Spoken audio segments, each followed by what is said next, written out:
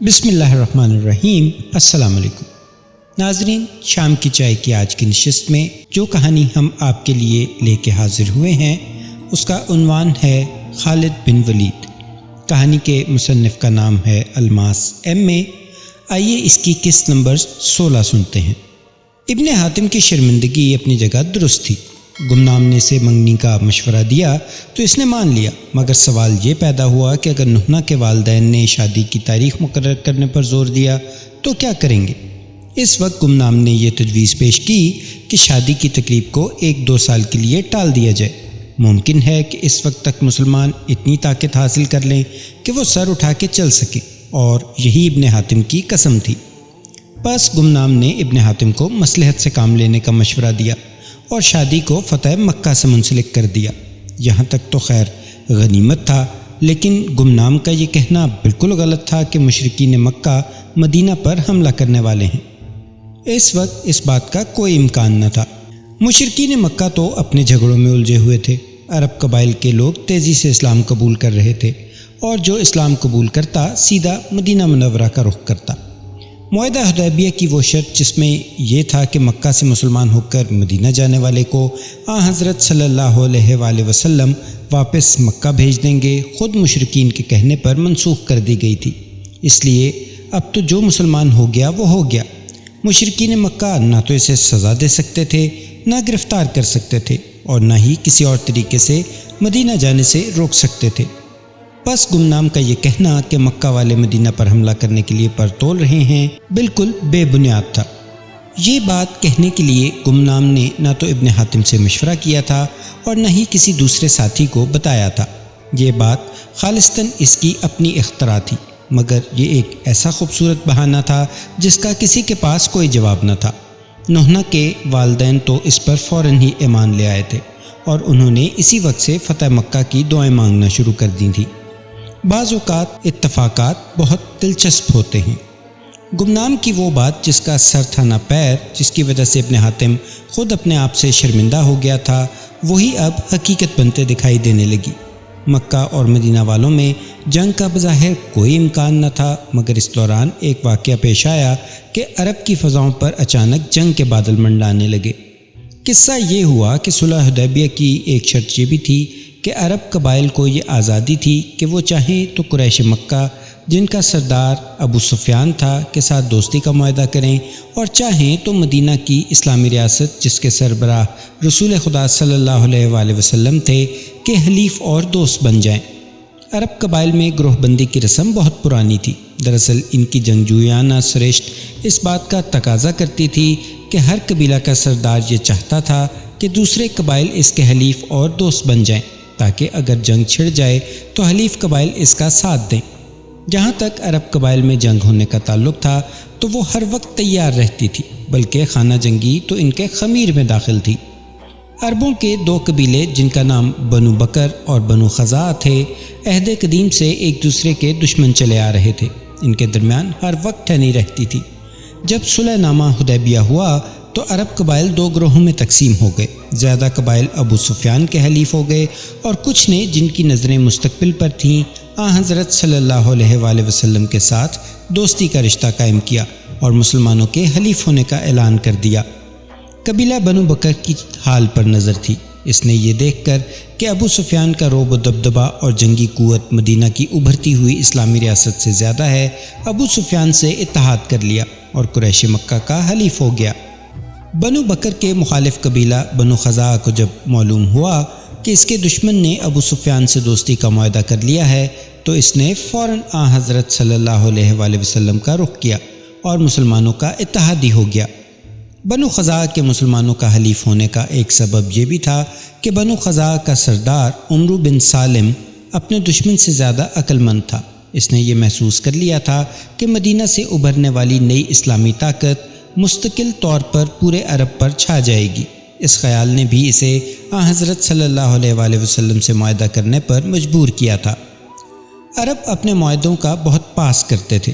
کسی سے دوستی کا معاہدہ کرنے کے بعد وہ اس بات کے پابند ہوتے تھے کہ اگر دوست قبیلہ پر کوئی حملہ کرے یا اس کی کسی سے جنگ شروع ہو جائے تو اس کی دامے در میں مدد کریں۔ پھر ایسا ہوا کہ صلح حدیبیہ کو 2 ہی سال کا قلیل عرصہ گزرا تھا کہ بنو خزاعہ اور بنو بکر کے درمیان جنگ چھڑ گئی۔ اس جنگ کا آغاز بنو بکر کی طرف سے ہوا۔ دراصل یہ ان کی زیادتی تھی کیونکہ انہوں نے بنو خزاعہ پر شبخون مارا تھا۔ بنو خزاعہ چشمہ وتر پر مقیم تھے کہ ایک شب بنو بکر نے انہیں غافل اور سویا ہوا دیکھ کر شبخون مار دیا۔ شبخون مارنے کی کوئی وجہ نہ تھی۔ بنو بکر قبیلہ کے سردار نوفل بن معاویہ کو یہ زعم تھا کہ اس کے حلیف قریش کے تمام بڑے بڑے سردار ہیں، جن میں اکرمہ بن ابو جہل، سہیل بن عمرو اور سفیان بن امیہ جیسے بڑے قریش سردار بھی تھے۔ شبخون کا واقعہ سن 8 ہجری میں پیش آیا۔ بنو خزاعہ چونکہ محو خواب تھے اس لیے غفلت میں مارے گئے اور اپنی مدافعت نہ کر سکے۔ اس ہنگامہ میں ان کی سمجھ میں اور تو کچھ نہ آیا، بس وہ وہاں سے بھاگ کر سیدھے خانہ کعبہ میں گھس آئے۔ خانہ کعبہ ہمیشہ سے دارالامن رہا ہے، وہاں خون بہانا منع ہے اور وہاں پناہ لینے والے کو قتل نہیں کیا جا سکتا، لیکن بنو بکر کو قریش کے سرکردہ سرداروں کی دوستی کا زعم تھا، اس لیے انہوں نے خانہ کعبہ کے احترام کے دستور ازلی کا بھی ذرا بھی خیال نہ کیا اور بنو خزاعہ کا تعاقب کرتے ہوئے حرم کے اندر گھس گئے اور وہاں انہوں نے بنو خزاعہ کے 20 آدمیوں کو ذبح کر ڈالا۔ بنو خزاعہ کے کچھ افراد نے بھاگ کے رافع کے گھر میں پناہ لی اور اس وجہ سے قتل ہونے سے بچ گئے۔ بنو بکر نے اپنی اس بزدلانہ اور حماقت انگیز حرکت سے نہ صرف خانہ کعبہ کے احترام کو پامال کیا بلکہ معاہدہ حدیبیہ کی بھی خلاف ورزی کی۔ انہیں معلوم تھا کہ بنو خزاعہ محمد رسول اللہ صلی اللہ علیہ وآلہ وسلم کے حلیف ہیں اور بنو خزاعہ کی حمایت میں آپ ضرور کھڑے ہوں گے، چنانچہ ایسا ہی ہوا۔ نبی اکرم محمد رسول صلی اللہ علیہ وآلہ وسلم کو اپنے حلیف بنو خزاعہ کے ساتھ بنو بکر کی زیادتی اور خانہ خدا میں خون بہانے کے حالات دوسرے ذرائع سے معلوم ہوئے تو آپ کو بہت غم ہوا، مگر آپ نے انتظار فرمایا کہ بنو خزاعہ کی طرف سے کوئی اطلاع آئے تو پھر کوئی قدم اٹھایا جائے۔ دوسرے ہی ہفتہ میں بنو خزاعہ کا سردار عمرو بن سالم خزاعی حضرت صلی اللہ علیہ وآلہ وسلم کی خدمت میں فریادی بن کے آ گیا۔ اس نے الف سے لے کر یہ تک تمام حالات حضور صلی اللہ علیہ وآلہ وسلم کے گوش گزار کیے۔ آپ اس کی داستان غم سن کر بہت متاثر ہوئے۔ آخر میں آپ صلی اللہ علیہ وآلہ وسلم نے فرمایا، عمرو تمہاری مدد کی جائے گی۔ عمرو بن سالم اور اس کے دوسرے ساتھی حضور صلی اللہ علیہ وآلہ وسلم کے ارشاد عالیہ سے بہت متاثر ہوئے، ان کے دلوں کو تقویت ہوئی۔ انہی دنوں مکہ سے بدبل بن ورقہ ایک وفد کے ساتھ مدینہ پہنچا اور اس نے انکشاف کیا کہ قریش مکہ نے ہی بنو بکر کو بنو خزاعہ پر شبخون مارنے کے لیے اکسایا اور در پردہ ان کی مدد بھی کی تھی۔ پھر جب بنو خزاعہ نے بھاگ کے خانہ کعبہ میں پناہ لی تو اکثر قریش مکہ چاہتے تو انہیں قتل ہونے سے بچا سکتے تھے، لیکن انہوں نے جان بوجھ کر بنو بکر کو ڈھیل دی اور شہد دے کر خانہ خدا میں خون ریزی کرائی۔ پس سپہ سالار اعظم محمد رسول اللہ صلی اللہ علیہ وآلہ وسلم نے مصمم ارادہ کر لیا کہ مکہ پر چڑھائی کریں گے۔ آپ نے اس سلسلے میں پہلا قدم یہ اٹھایا کہ قریش مکہ کے پاس ایک قاصد روانہ فرمایا، اسے ہدایت فرمائی کہ وہ قریش مکہ کے سامنے 3 شرطیں رکھے اور کہے کہ ان میں سے ایک شرط منظور کرے۔ یہ شرائط مندرجہ ذیل تھیں۔ نمبر 1، مقتولین بنو خزاعہ کا خون بہا ادا کیا جائے۔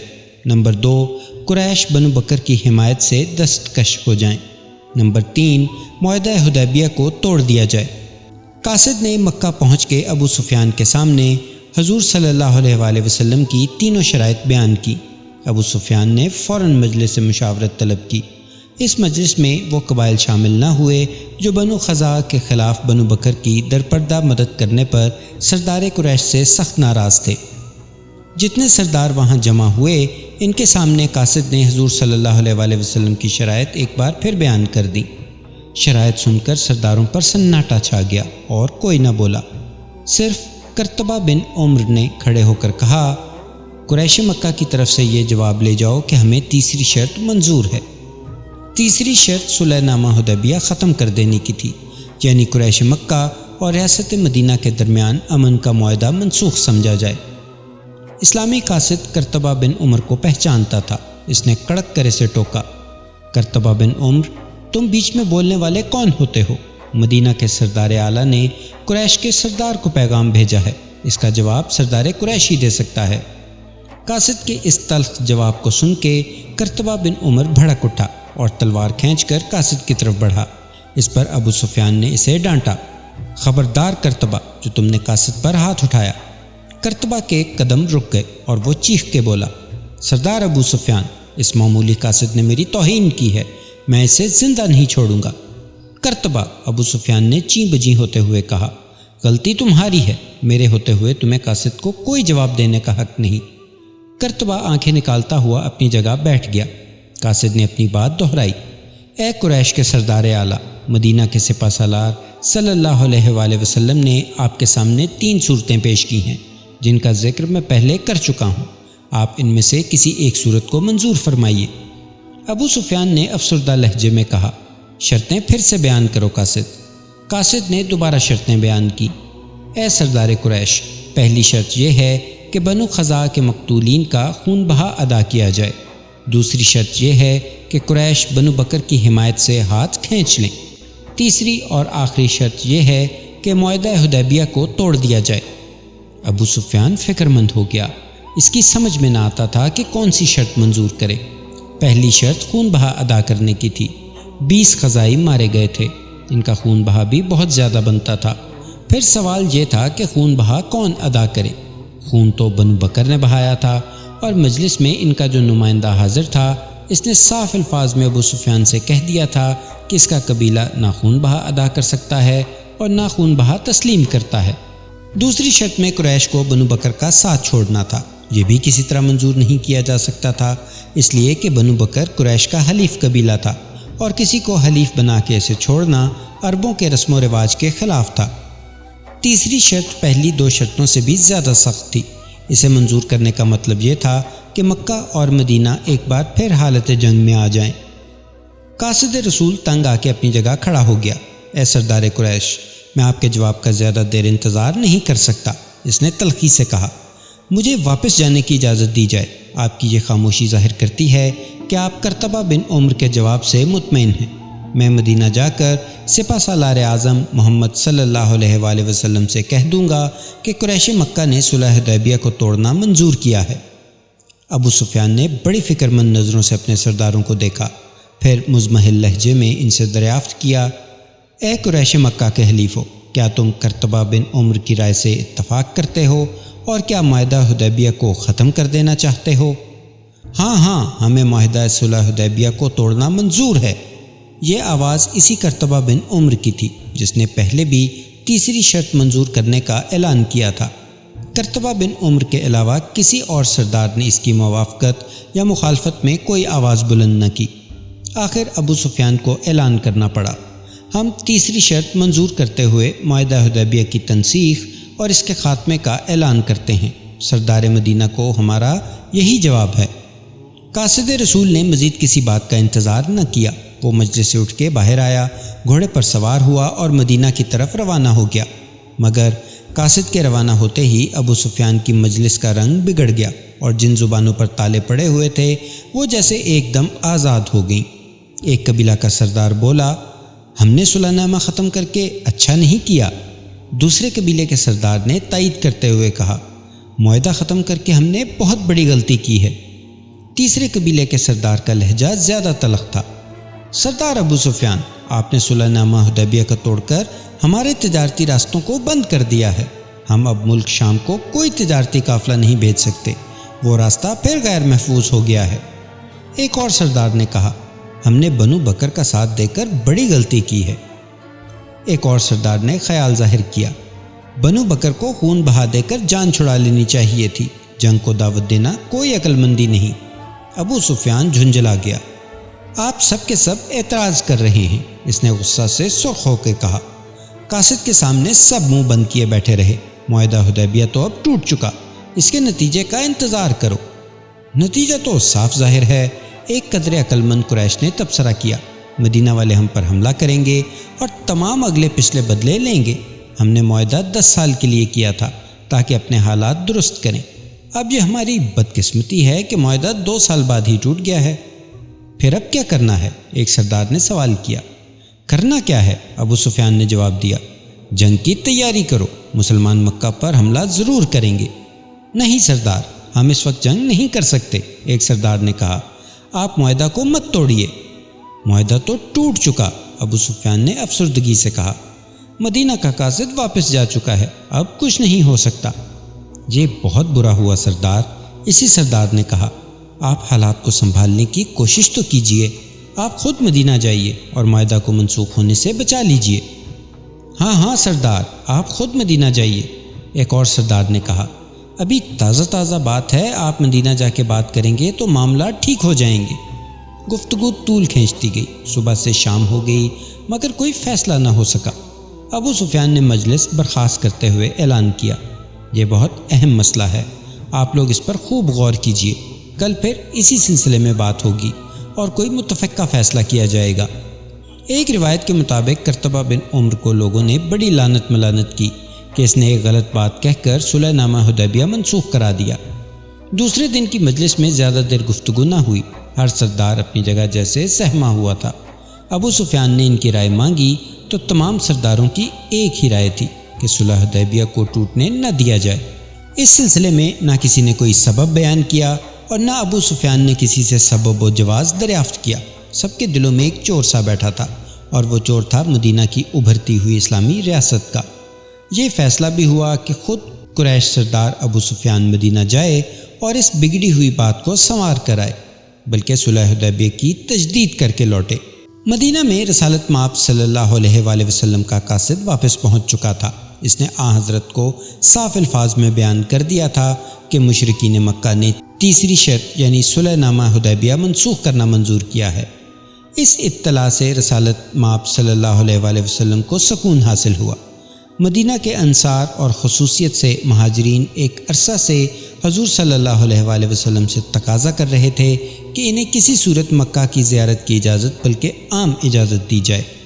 مکہ حضور صلی اللہ علیہ وسلم کی جائے پیدائش بھی تھی، آپ بھی وہاں جانا چاہتے تھے اور مہاجرین کو کھلے عام مکہ جانے کی اجازت دینے کے حق میں تھے، لیکن صلح حدیبیہ نے آپ کو سیاسی اور اخلاقی طور پر کوئی قدم اٹھانے سے روک دیا تھا۔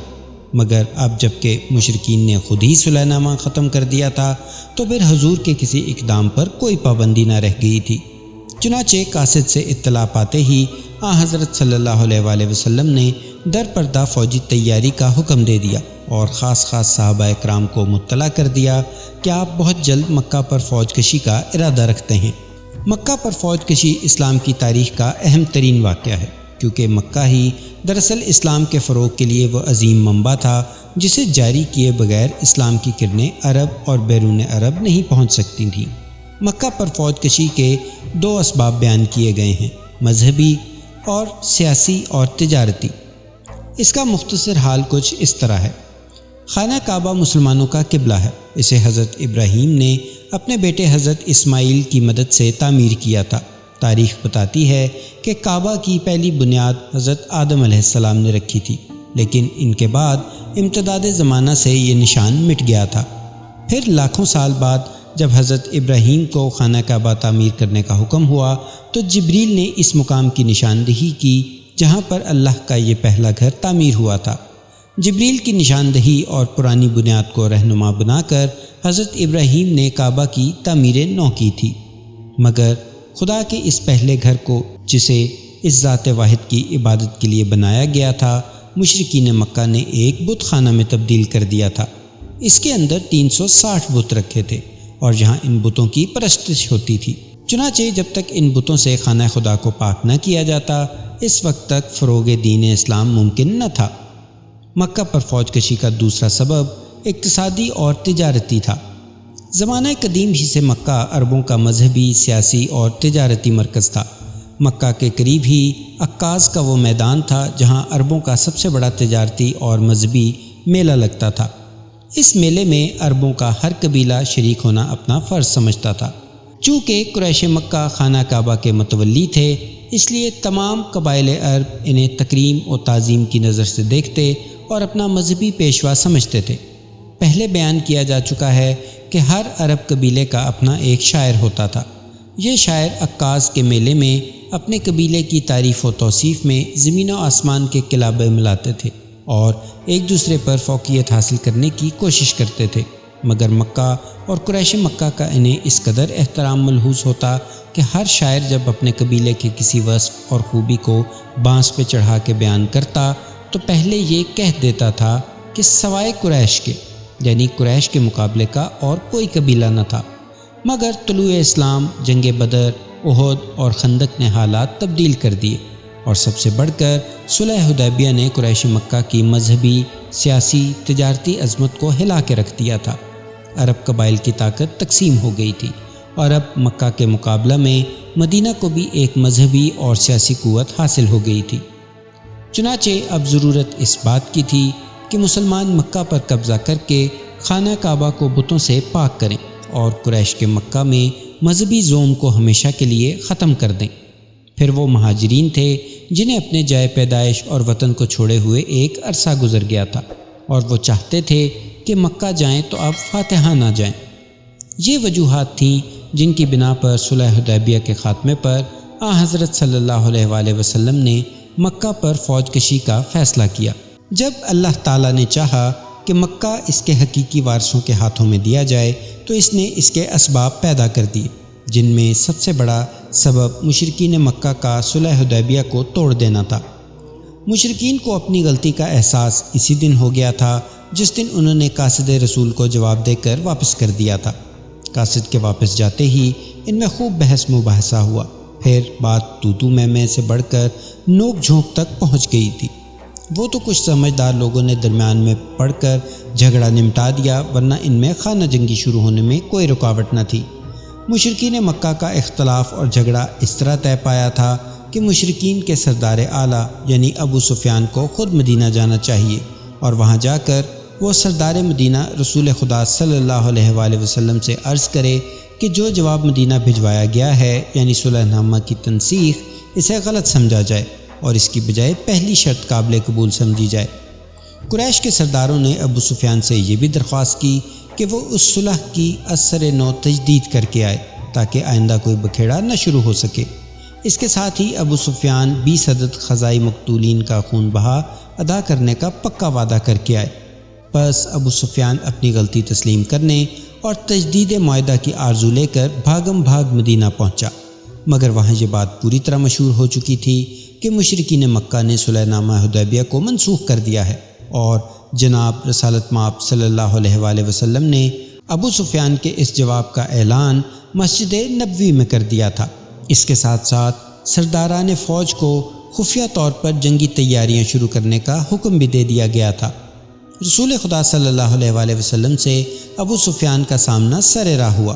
وہ گھوڑے سے اترا اور بغیر کسی تمہید کے کہا، اے محمد، ہم نے آپ کے قاصد کے ہاتھ سے جواب دیا تھا کہ ہمیں تیسری شرط منظور ہے، یعنی یہ کہ صلح نامہ حدیبیہ توڑ دیا جائے، لیکن ہمارا وہ جواب غلط تھا، اس لیے میں استدعا کرتا ہوں کہ اسے درست نہ مانا جائے۔ میں اس سلسلے میں صلح حدیبیہ کی تجدید کرنے خود آیا ہوں۔ رسول خدا صلی اللہ علیہ وآلہ وسلم نے ابو سفیان کی بات پوری توجہ سے سنی، مگر اس کی استدعا پر آپ نے نہ کوئی تاثر ظاہر کیا اور نہ کوئی منفی یا مثبت جواب دیا۔ ابو سفیان جناب رسالت مآب صلی اللہ علیہ وآلہ وسلم کو جاتے ہوئے دیکھتا رہا، مگر اس کی ہمت نہ پڑی کہ دوبارہ حضور کو روک کر مزید کوئی بات کرتا۔ ابو سفیان کچھ دیر وہیں کھڑا رہا، پھر کچھ سوچ کر لوگوں سے حضرت ابو بکر کے مکان کا پتہ پوچھا اور ان کے پاس پہنچ کر کہا، آپ جناب محمد صلی اللہ علیہ وآلہ وسلم سے کہہ کے صلح حدیبیہ کی تجدید کرا دیں۔ حضرت ابو بکر نے صاف انکار کر دیا اور کہا، میں اس معاملے میں تمہاری کوئی مدد نہیں کر سکتا۔ حضرت ابو بکر کے بعد ابو سفیان نے حضرت عمر سے ملاقات کی اور ان سے بھی یہی درخواست کی۔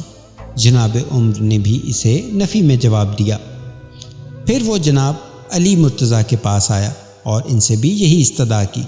جناب علی مرتضیٰ نے اسے سمجھاتے ہوئے فرمایا، اے ابو سفیان، تم قاصد کے ذریعے بھیجے ہوئے اپنے پیغام کو تسلیم کرتے ہو، اب یہ چاہتے ہو کہ اسے غلط سمجھنے کے لیے میں تمہاری سفارش کروں؟ کسی غلط کام کے لیے سفارش ہمارے مذہب میں یوں بھی جائز نہیں۔ پھر یہ تو ایک سیاسی اور فوجی مسئلہ ہے، اور سوائے سپہ سالار لشکر اسلام محمد رسول اللہ صلی اللہ علیہ وآلہ وسلم کے کسی اور کے دخل دینے سے یا سفارش کرنے کی ہمت نہیں۔ ابو سفیان حضرت ابو بکر، حضرت عمر اور حضرت علی سے صاف جواب پانے کے بعد سیدھا مسجد نبوی میں پہنچا اور وہاں موجود یا ناموجود لوگوں کے سامنے تجدید معاہدہ کا اعلان کر کے مکہ واپس چلا گیا۔